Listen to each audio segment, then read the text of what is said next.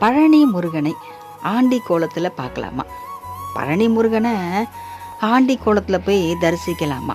இப்படி ஒரு சந்தேகம் எல்லாருக்குமே இருக்குங்க. எல்லாருக்குமேனா சில பேருக்கு மட்டும் இருக்கும். ஏன்னா விஷயம் தெரியாதவங்கெல்லாம் இதை சொல்லிட்டு போன ஒரு விஷயத்த நிறைய பேர் இன்னமும் கடைப்பிடிச்சிட்ருக்காங்க. முருகனை போயிட்டு ஆண்டி கோலத்தில் பார்த்தா நம்மளும் ஆண்டி ஆகிடுவோம். நம்மக்கிட்ட இருக்க செல்வங்கள் எல்லாமே காணாமல் போயிடும்.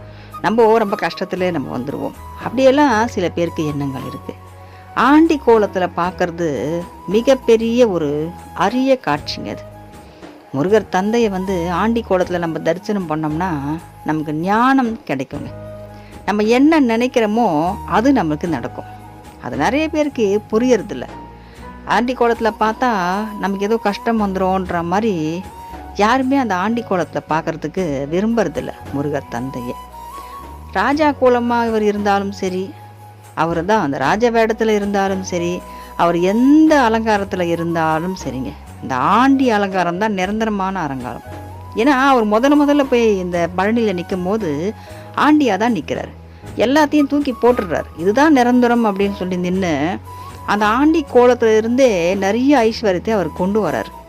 யாருக்கெல்லாம் கஷ்டம் இருக்கோ, யார் ஒருவர் ஆண்டி கோலத்தில் நம்ம போய் முருகனை தரிசிக்கிறோமோ நம்மளுடைய வறுமை நீங்குங்க.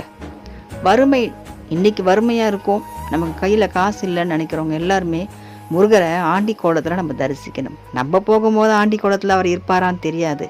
ஆனாலும் நமக்கு அந்த தரிசனம் கிடைச்சிதுன்னா நம்ம தாங்க மிகப்பெரிய அதிர்ஷ்டசாலியாக இருப்போம். அதனால் ஆண்டி கோலத்தில் இருந்தால் அது ஒரு அரிய தரிசனம். நிச்சயமாக நம்ம அதை பார்த்து மகிழணும். அதனால் நம்ம பழனிக்கு போகும்போது முருகனை நம்ம மனசார வேண்டிக்கணும். முருகா, நான் உன்னை ஆண்டி கோலத்தில் பார்க்கணும். ஆண்டி கோலத்தில் பார்த்தா என்ன, அரச கோலத்தில் பார்த்தா என்ன, அவர் ராஜாவாக இருந்தால் என்னங்க, நம்ம பார்க்கக்கூடியவர் முருகர் தந்தை. முருகராக அவர் இருக்கும்போது முருகரே ஒரு ஐஸ்வர்யம். அவரை எந்த கோலத்தில் இருந்து பார்த்தா நமக்கு என்னங்க, நம்ம பார்க்க போகிறது ஐஸ்வர்யத்தை. அப்போ நம்ம ஐஸ்வர்யமாக தான் வாழ்வோம். நம்ம அம்மா பட்டு சேலை கட்டியிருந்தா என்ன, பழைய சேலை கட்டியிருந்தா என்ன, நம்ம மேலே காட்டக்கூடிய அன்பு கம்மியாயிடுமாங்க? பட்டு சேலை கட்டின்னு இருக்கும் போது அம்மா நம்ம மேலே அன்பு காட்டுவாங்க. பழைய சேலை கட்டியிருக்கும் போது அம்மா அன்பு காட்ட மாட்டாங்கலாம் ஒன்றும் கிடையாது. அம்மான்றவங்க எப்போவுமே அன்பு காட்டுவாங்க.